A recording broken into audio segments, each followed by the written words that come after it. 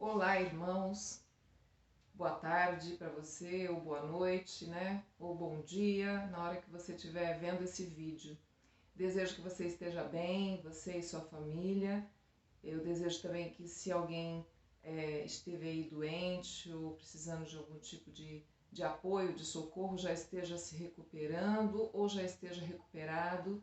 Enfim, meu desejo é que vocês estejam bem, né? Que Deus esteja superabundando em graça e em misericórdia e em paz sobre cada um de vocês. E hoje nós estamos aqui novamente, graças a Deus, né, para darmos sequência ao estudo deste livro aqui, Nova Vida, um guia para a nova vida. E o assunto de hoje é um assunto fundamental para a nossa fé, é a ressurreição de Jesus Cristo. Então, eu quero convidar você agora a orar comigo, pedindo a Deus que Ele nos ajude assim a extrair desta lição, desse fato, né, o que Ele ainda tem para nos dizer sobre isso, né, que para nós é realmente o ponto de partida da nossa fé. Então, que Deus nos abençoe agora nesse estudo, que Ele possa me usar para ser útil, para transmitir o ensino que está aqui e que o Espírito Santo esteja completando, esteja conduzindo o nosso coração a entender e também a praticar, não é? O que virá desse estudo para nós. Vamos orar? Senhor Deus, muito obrigada por esse dia e por mais essa oportunidade, Senhor. Nesse momento eu quero pedir ao Senhor que esteja nos ajudando a entender e a aumentar a nossa percepção de quão precioso é esse fato da Tua ressurreição, Senhor. Obrigada porque o Senhor morreu por nós. E muito obrigada porque o Senhor ressuscitou. Obrigada porque nós entendemos e nós recebemos a Tua vida, Senhor, em Cristo. Então, Senhor, nesse momento, nos ajude a entender, venha nos abençoar com a Tua graça, que o Teu Santo Espírito esteja nos ajudando e nos fazendo crescer no conhecimento da Tua Palavra. Eu oro em nome de Jesus. Amém. Muito bem. A ressurreição, nossa maior segurança, é o subtítulo. Vamos começar com esse versículo, irmãos. Se dessa forma fomos unidos a Ele na semelhança da sua morte, certamente o seremos também na semelhança da sua ressurreição. Romanos 6, 5.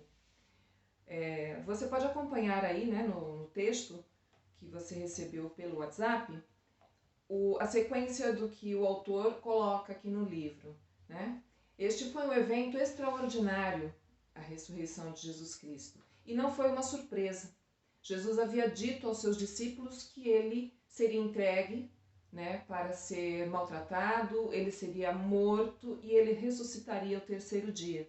Então, na realidade, não era uma surpresa, né? E o que nos parece aqui, no decorrer dessa lição, a gente vai ver isso, que os discípulos, é como se eles estivessem recordando disso, mas muito assim, numa percepção de que, será que isso vai acontecer mesmo ao nosso mestre?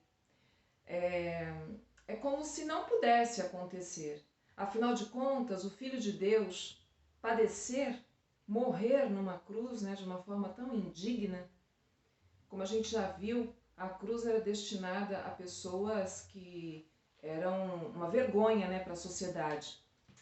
E o Filho de Deus morrer numa cruz, logo ele, o Messias, que havia sido aguardado durante tanto tempo, então não parecia coerente para os discípulos isso.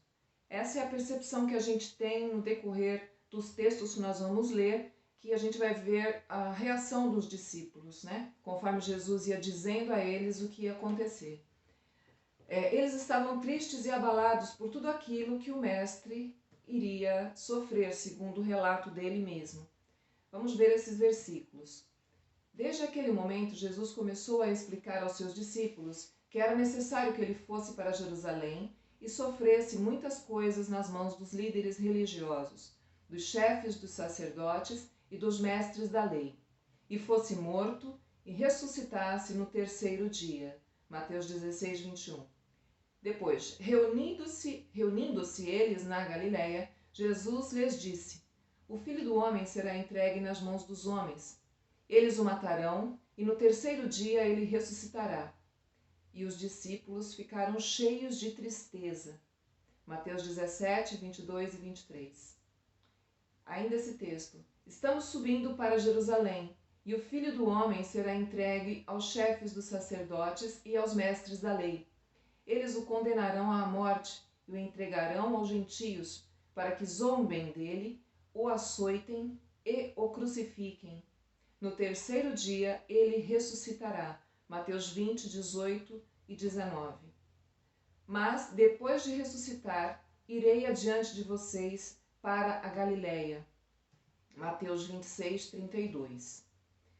Fica claro que a ressurreição, portanto, não seria uma surpresa para os discípulos. Eles estavam cientes disso. Mesmo assim, eles estavam abalados, né? A gente viu aí no texto.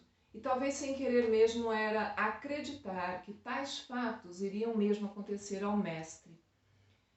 Mas aconteceram, né? Jesus morreu e Jesus foi sepultado.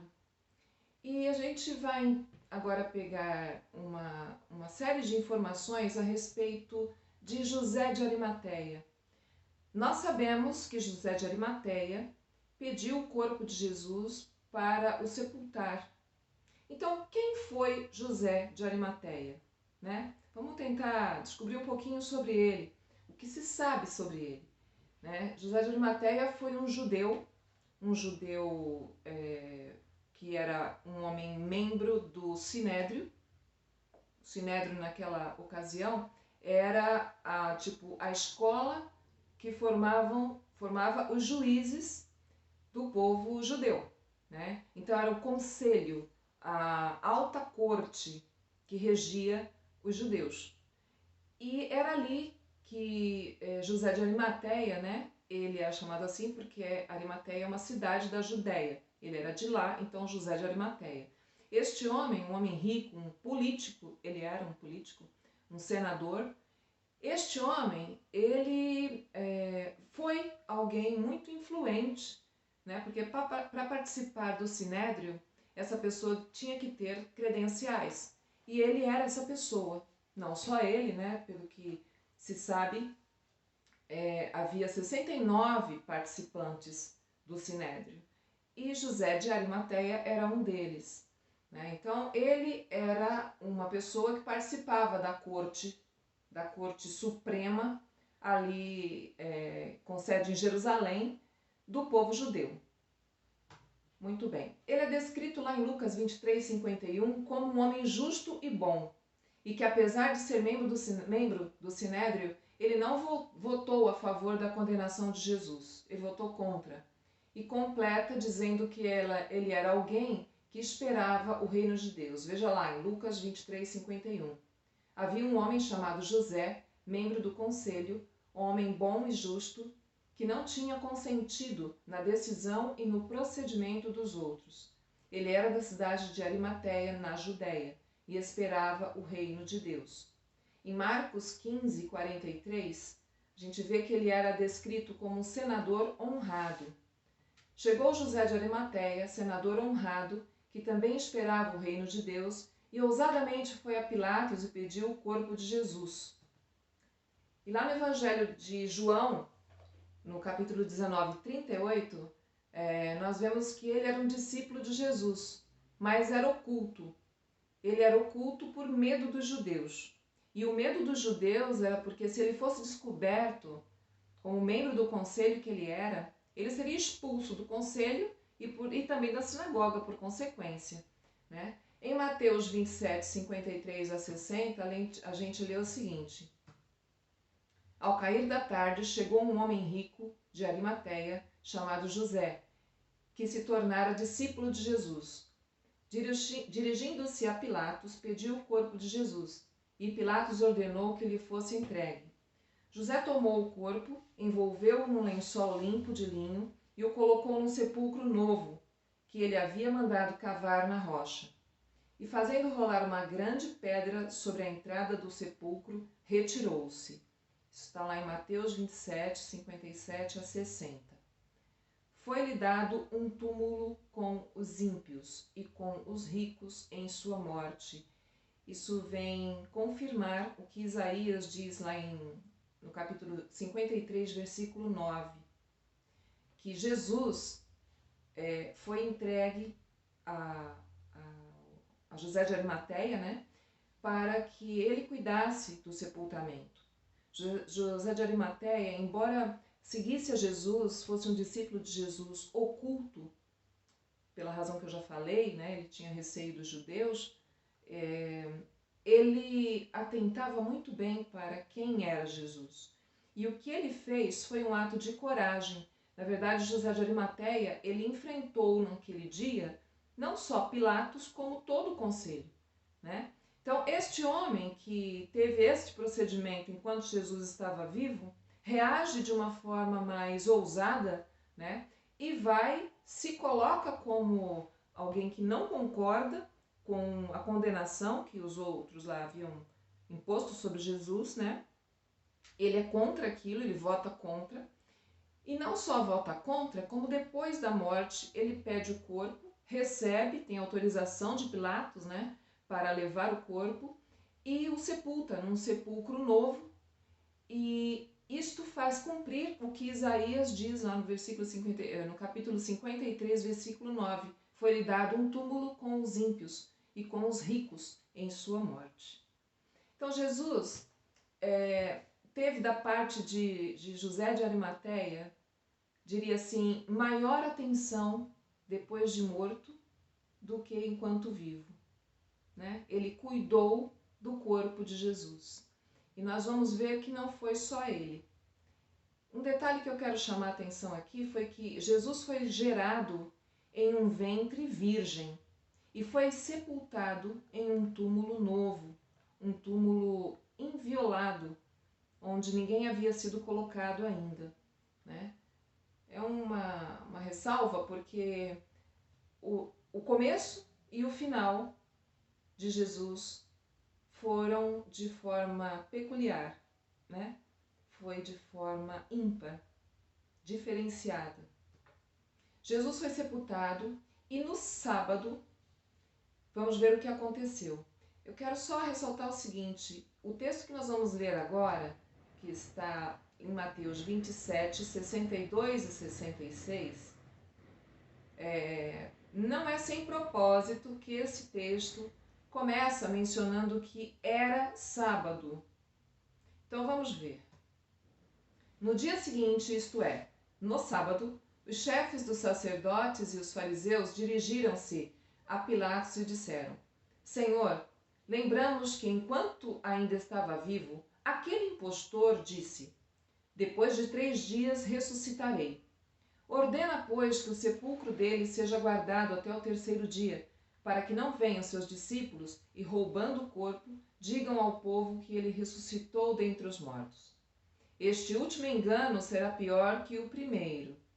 Levem um destacamento, respondeu Pilatos. Podem ir e mantenham o sepulcro em segurança como acharem melhor. Eles foram e armaram um esquema de segurança no sepulcro. E além de deixarem um destacamento montando guarda, lacraram a pedra. Aqui, algumas pessoas até hoje, né, questionam a morte e a ressurreição de Jesus. Mas o fato é que Pilatos, aquele homem temido e assim, reconhecido por sua crueldade, ele ordenou uma escolta para que fosse guardado o sepulcro de Jesus. E os guardas não só fizeram isso, como selaram a pedra também. Eu entendo esse selaram alguma coisa que ficou entre a pedra e a entrada, né? Ao encostar da pedra na entrada do sepulcro. Então ali eles colocaram um selo, um lacre, para que ninguém ousasse violar, né? E Pilatos mandou fazer isso porque os fariseus, em um sábado, por isso que eu fiz questão de ressaltar, em um sábado, os fariseus foram até Pilatos, pediram a ele que providenciasse uma escolta, já que Jesus tinha dito que ressuscitaria no terceiro dia, não porque eles estivessem exatamente crendo. Podia até ser que sim, mas na verdade nós não temos esse relato na Bíblia. Mas a gente pode elocubrar de que alguns até suspeitavam que isso podia acontecer. Então, na intenção de impedir, resolveram pedir a Pilatos que mandasse uma guarda para lá. Pilatos concordou e disse para eles: então vocês vão e façam isso, mantenham uma guarda. E o que eles fizeram? Eles foram. E que dia que era? Sábado. Deixa eu ler para vocês o que diz aqui o nosso autor.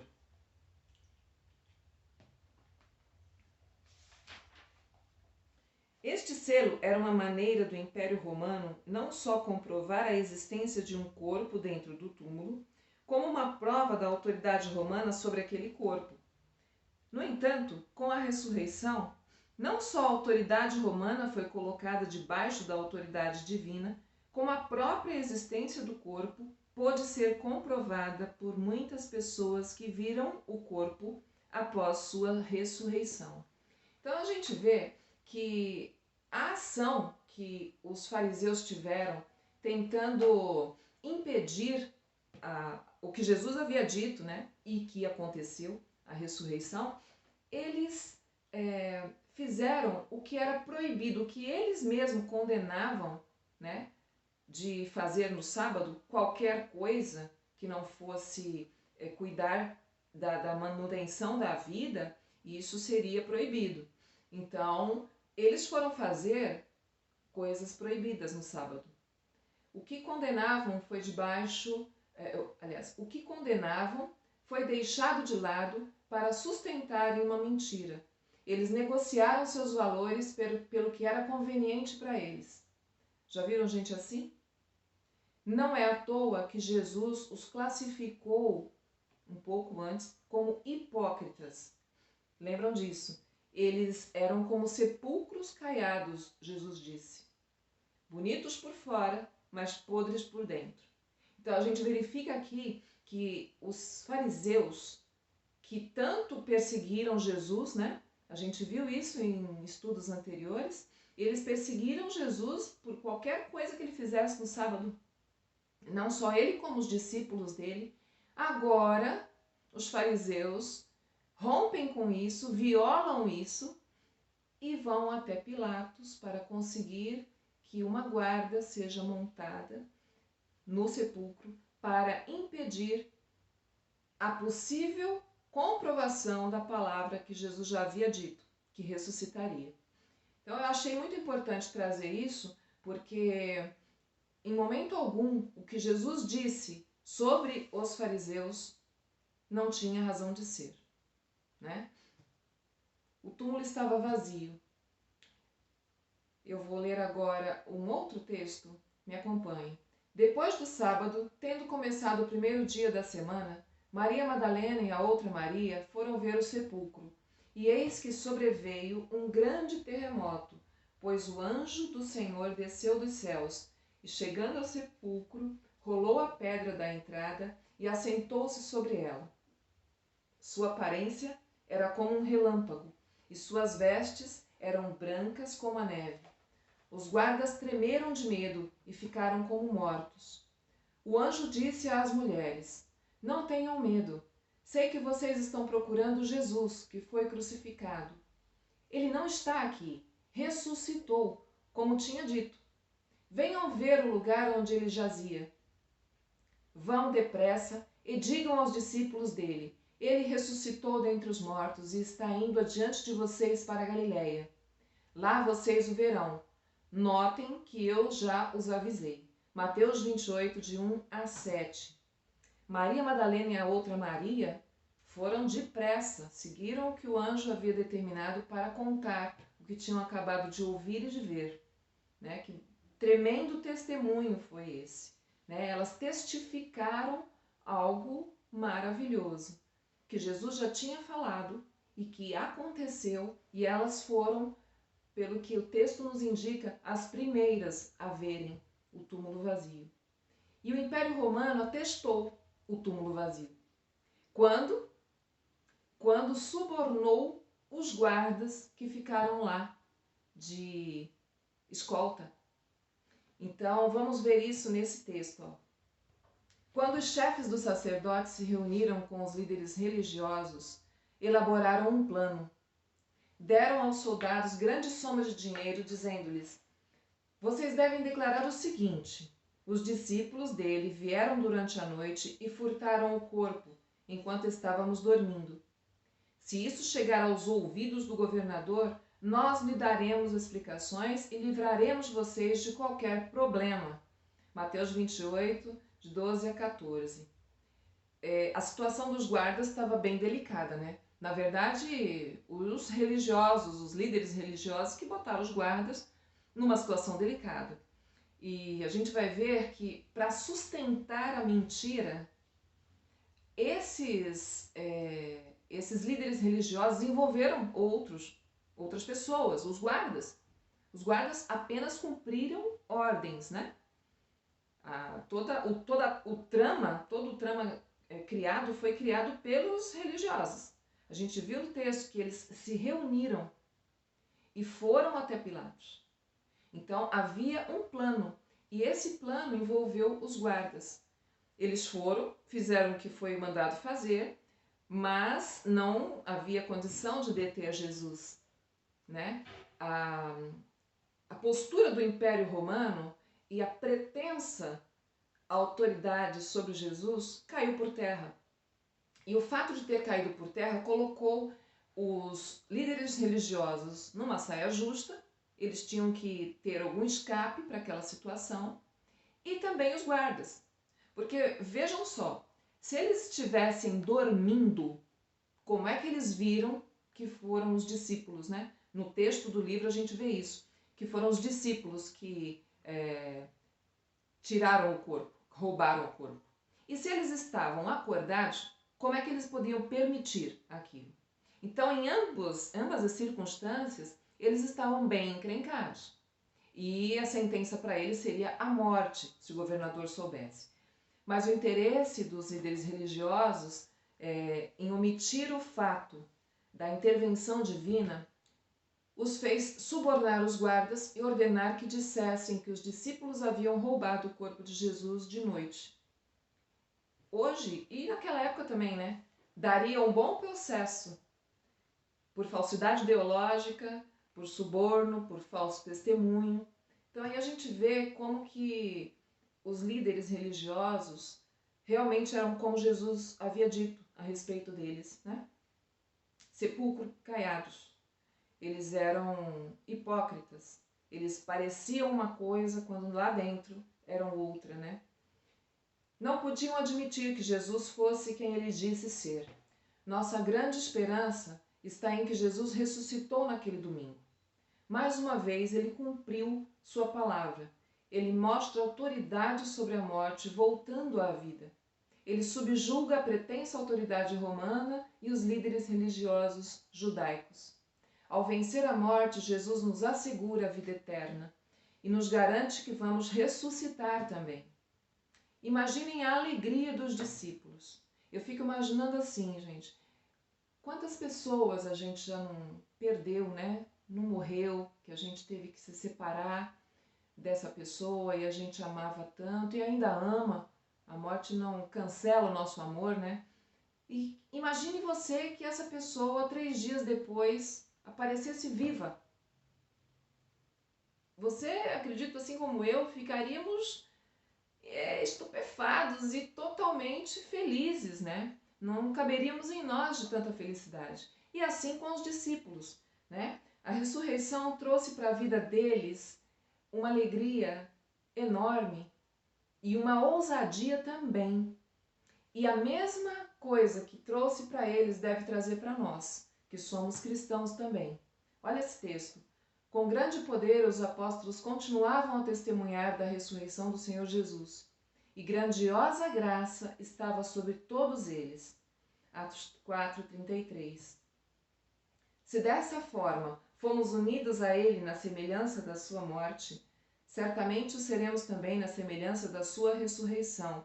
Romanos 6:5. Cremos que estamos incluídos na morte de Cristo. A nossa fé nos conduz exatamente a entendermos assim, e nós cremos nisso. Nós cremos que estamos incluídos na morte de Cristo, que venceu o pecado. E cremos também que estamos incluídos na semelhança da sua ressurreição, que nos traz vida. Isto é, nós somos resgatados da morte pela morte de Jesus e fomos trazidos para dentro do reino de Deus por Jesus, através de Jesus, em Jesus, e nele recebemos vida. Nós cremos assim.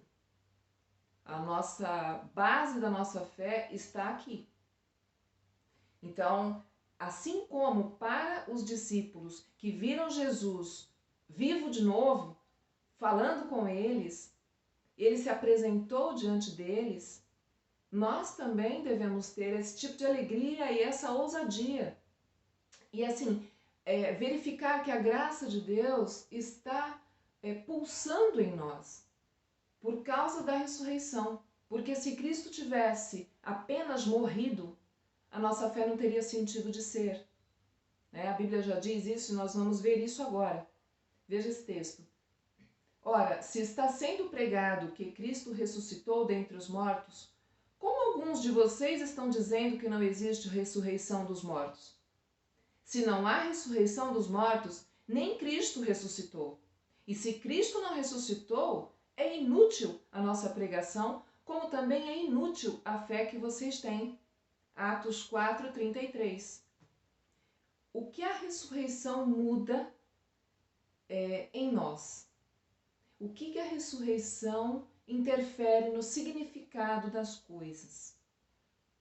Até hoje, muitos cientistas, então a ciência que está aí e que a gente conhece, que a gente ouve muitas descobertas e a gente acompanha, assim, estudos que são feitos e ok, mas veja, muitos dos cientistas hoje que debatem sobre a organização do universo, sobre a natureza, sobre o nosso código genético, sobre a origem da vida. Estes cientistas, eles conseguem entender que não precisam andar separados, excluindo Deus, separados de Deus. As suas pesquisas não precisam enterrar Deus, E lá no tempo de Jesus, assim como hoje, havia líderes judaicos que criam.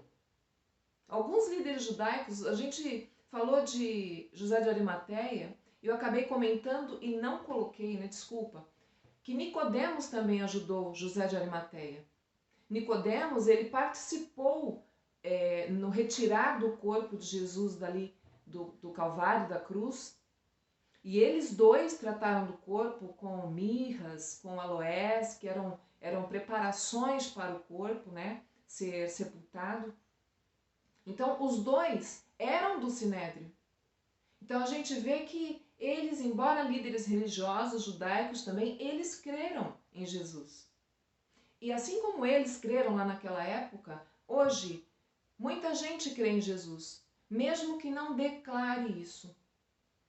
E é o caso aqui dos cientistas.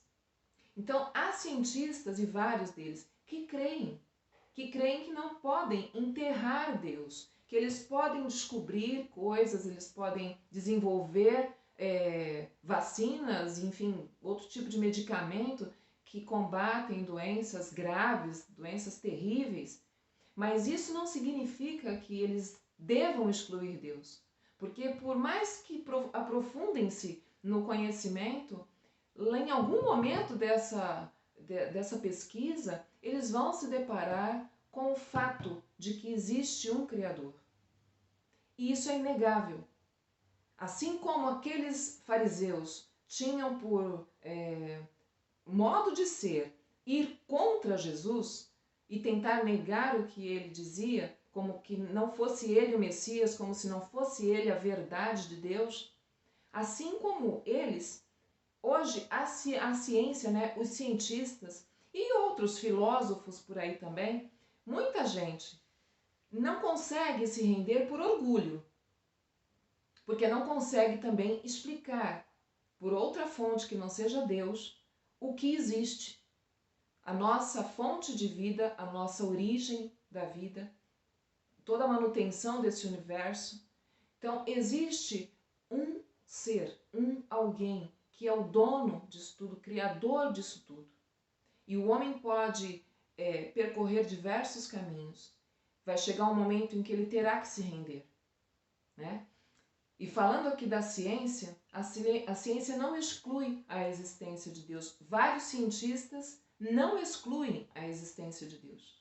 Embora tenham desvendado muito sobre o universo e sua funcionalidade, e pesquisas tenham erradicado doenças, como eu já falei, todo o sucesso da ciência pode acabar induzindo a ideia de que não há nenhum Deus sustentando tudo isso. Mas essa indução, ela vai se render ao fato de que sim, existe um Deus sobre todas as coisas. Existe um Deus que sustenta todas as coisas. A palavra dele nos diz isso. Existe uma tendência de que a ciência seja a única fonte da verdade, ou de verdade. Mas para quem crê na ressurreição, a fonte da verdade está na palavra daquele que ressuscitou. É lá, a fonte é lá. E não é que nós estejamos desdenhando da ciência ou renegando ela só errar, nada disso. Não é isso. Mas o que nós entendemos é que nela não se resume a verdade. E o homem vai até onde Deus permite que ele vá, né? A palavra de Deus, ela é acima do que a ciência diz. Como cristãos, temos que ter uma resposta que apresente a verdade, ou seja, Cristo ressuscitou. E onde isso afeta a minha vida? Né? No que isso implica para mim? Então, eu listei aqui algumas coisas e eu gostaria de ler para vocês. Em que isso implica? Apresentar Cristo como a verdade de Deus. E a verdade de Deus diz o seguinte, 1 João 5,20. Sabemos que já o Filho de Deus veio e nos deu entendimento para que conheçamos aquele que é o verdadeiro. E nós estamos naquele que é o verdadeiro, isto é, em seu Filho Cristo, Jesus Cristo. Este é o verdadeiro Deus e a vida eterna. 2. Em que isso implica? Em que a ressurreição afeta a minha vida? Afeta a minha vida em que eu sei que eu devo negar a mim mesmo. Ou seja, morrer para aquela vida antiga, para as coisas deste mundo, deixar a vida antiga para trás. Nosso velho modo de viver foi pregado na cruz e morreu com Cristo. Outra coisa, implica em lembrar que eu era condenado e Jesus Cristo pagou o preço do meu pecado. E obedecer a Jesus em tudo. Estas são implicações da ressurreição na vida da gente.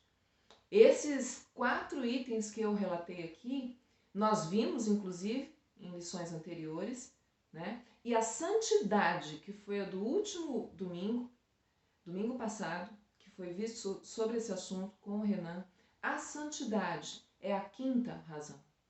Então, a ressurreição implica na minha vida, afeta a minha vida, de modo que, com alegria e com ousadia, como os discípulos estavam fazendo, a gente vai falar, a gente vai viver, a gente vai mostrar, a gente vai ser um exemplo de Cristo aqui. Nós vamos ser filhos dele ativos aqui. A ressurreição implica nisso, nos afeta nisso, no como nós vamos viver, certo? A Bíblia diz que se Cristo não ressuscitou, nossa fé é vã, inútil, ilusória, né? Diante da palavra de Deus, o verdadeiro é o que ele nos diz e não o que a gente pensa.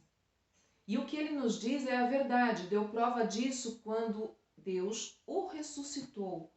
Veja esse texto. Mas Deus o ressuscitou dos mortos, rompendo os laços da morte, porque era impossível que a morte o retivesse. Atos 2, 24. E Jesus continua amando a humanidade. Aqui a gente já está encaminhando para a conclusão, mas eu achei importante colocar esse texto. Jesus continua amando a humanidade e removendo a pedra do coração de quem ouve a sua voz. O túmulo vazio exige obediência. O túmulo vazio aponta para compromisso e não permite seguidores ocasionais. O túmulo vazio comprova a autoridade de Jesus sobre a morte, que significa que ela foi derrotada e que este não será o nosso fim, porque Jesus ressuscitou. A vitória de Cristo sobre a morte também é nossa. Aleluia! Irmãos, é esse o nosso estudo. Eu desejo que tenha somado para você. Eu desejo que Deus esteja nos dando capacidade, através do Espírito Santo, de viver uma vida que represente a ressurreição dele. O que essa ressurreição significa para o mundo, né? Significa vida, significa vitória, significa que não termina aqui. Jesus Cristo deu prova de tudo que ele falou, ressuscitando. Foi o ápice, né, do que Jesus havia mostrado até então. Então, eu desejo que Deus esteja nos capacitando a viver assim, a viver uma novidade de vida, uma vida nova, um outro jeito de viver, com a ressurreição em mente, porque é ela que nos garante a vida eterna. Eu gostaria que você orasse comigo agora, agradecendo a Deus, né, pelo estudo, que nós possamos estar dispostos a, diante de Deus, considerarmos isso todo dia. A gente agradece de manhã porque está vivo pela misericórdia de Deus, não é? A Bíblia diz isso, né? A misericórdia de Deus se renova a cada manhã. Grande é a sua misericórdia, mas que nós também possamos agradecer pela ressurreição. Nós sabemos que Cristo está vivo, né? Mas a alegria que isso deve nos trazer. Então, embora a gente esteja mesmo experimentando esses momentos, esses meses aqui de tremenda, assim, tristeza, né? Nós estamos sendo colocados diante de situações que nunca imaginávamos estar vivendo, né? Mas ainda assim, no meio disso tudo, é possível a gente ter esperança, e a esperança está na convicção de que Jesus está vivo. A ressurreição nos leva a isso. Então, que a gente possa também agradecer todas as manhãs, porque Ele está vivo. E nós podemos ter certeza que estaremos também com Ele. Ainda que aqui exista a morte, ela já foi derrotada. Então, nós podemos ter esta garantia, ter essa alegria, ter esta convicção no nosso coração. Por isso que eu gostaria que agora nós orássemos, agradecendo a Deus, porque Ele o ressuscitou dos mortos. E Ele está vivo, para a honra e glória do nome do Senhor. Vamos orar? Senhor, nós queremos louvar o Teu nome. Louvar o Teu nome porque a Tua palavra nos afirma que Jesus Cristo está vivo. Ele ressuscitou. E nós Te louvamos, nós Te agradecemos e nós queremos Te pedir para que a nossa vida também expresse essa alegria, também expresse essa convicção, que a gente possa falar de Jesus Cristo com a nossa vida e com a nossa boca também. Que nós possamos representar, ó Deus, a Tua verdade, onde nós andarmos, onde nós estivermos, com quem nós nos relacionarmos, Senhor. Que nós sejamos luzes aqui, que nós sejamos aqueles que expressam com ousadia a vida que tem em Jesus.